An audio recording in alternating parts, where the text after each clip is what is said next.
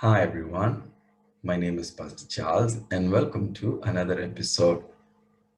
I hope that the last few videos that we've uploaded in this channel was really helpful. We look forward to hear from you what you like about our channel so that it will help us to preach more and also to reach out more people in the days to come. Today's topic is on the word called leadership, right? Leadership as a concept, as a role. There's a lot of things that we need to discuss on this term leadership. Being in the ministry for the last 6 years, I've been led by many senior leaders and also given a leadership role in many places and in the sphere of influence.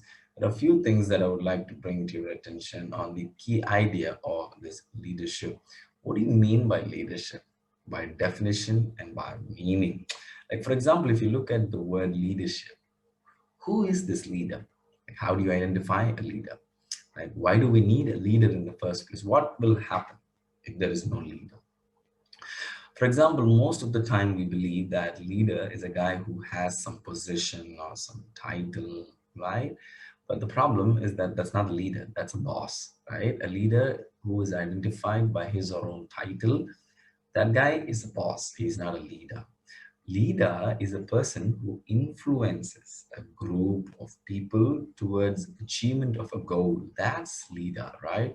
I mean, basically, there's a template like this. For example, a leader is a person who influences people so that the people will achieve the purpose, right? Let me say that again. Leader is a person who influences people. In turn, people achieve the purpose, commonality, right? I think it's one of the African proverb that says about leadership, he who thinks that he is leading and there's no one following him, he is just taking a walk, right? So to be a leader, one must have followers, right? When I say followers, followers who have trust on their leader, right? And who willing to do anything for the purpose or the vision of that leader to bring that into reality.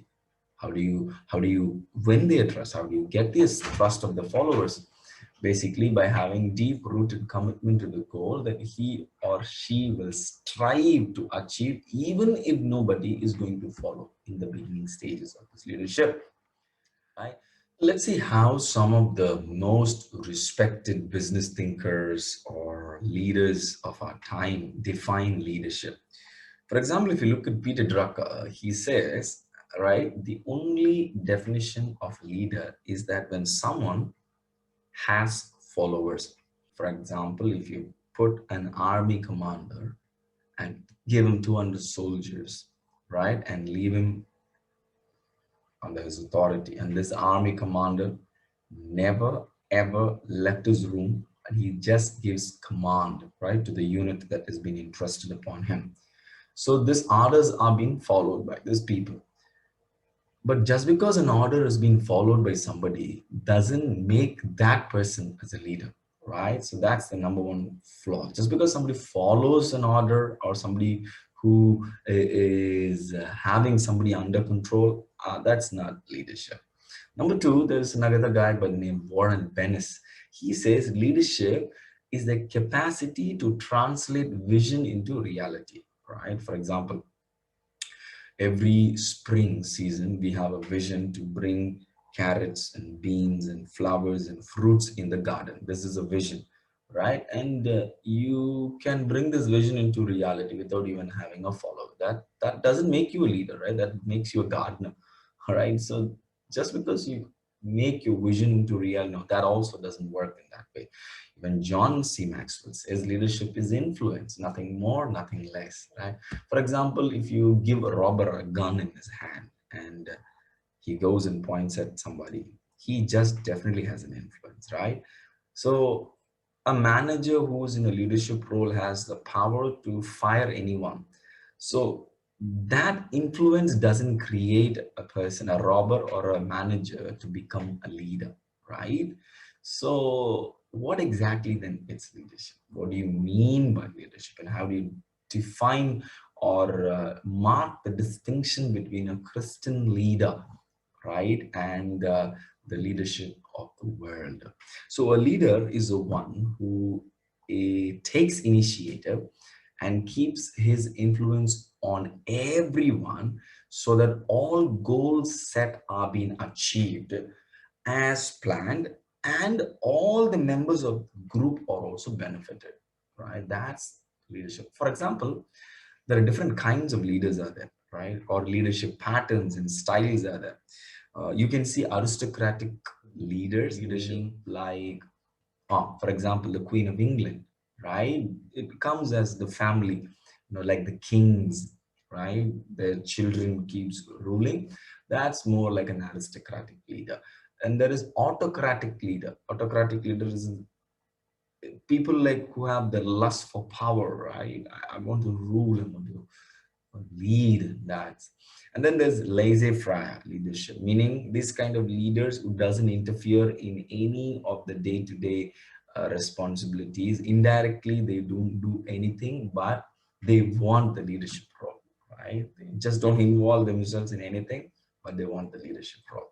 And there is democratic leadership, where people elect and have a representative, right, to lead a particular people group. And there is someone like charismatic leadership, like people have that charisma to be people to follow him or her or to lead the people. Now that's kind of leadership. And then we have Simone leader. Simone leader is somebody who wants to buy leadership by money and through material wealth, right? And there are spiritual leaders in the sense exercising the giftedness of their spirituality, and through that they lead. So now the question is, if leadership is not about somebody who's going to be not following, who doesn't have followers, influence, right, to change vision into reality, if these are not the things of leadership, then what exactly is leadership, right? If these are the patterns that we have seen, that this is not the leadership pattern for a Christian, then what exactly makes a Christian leader, right? Now, the first important thing that we need to know, a Christian leader is called by God. He or she is called to the servanthood, but a unique brand of servanthood, right? This is one who serves by leading, right? He leads to serve others. A Christian leader is also a person who reflects Christ-like character, because that's the central function of this particular leader, right? In his heart and his mind and his soul and his strength, he reflects Christ and his attributes throughout, right? That's what makes a leader a Christian leader. So a Christian leader is someone who is called by God to lead with and through Christ-like character, and demonstrate the functional competencies that permit the effective leadership to take place, right? George Bernard, I think he said this statement. Now, what's the difference between a secular leader and a spiritual or a Christian leader? Now, the secular leader is all about himself, self-dependency, or the self-confidence is much higher.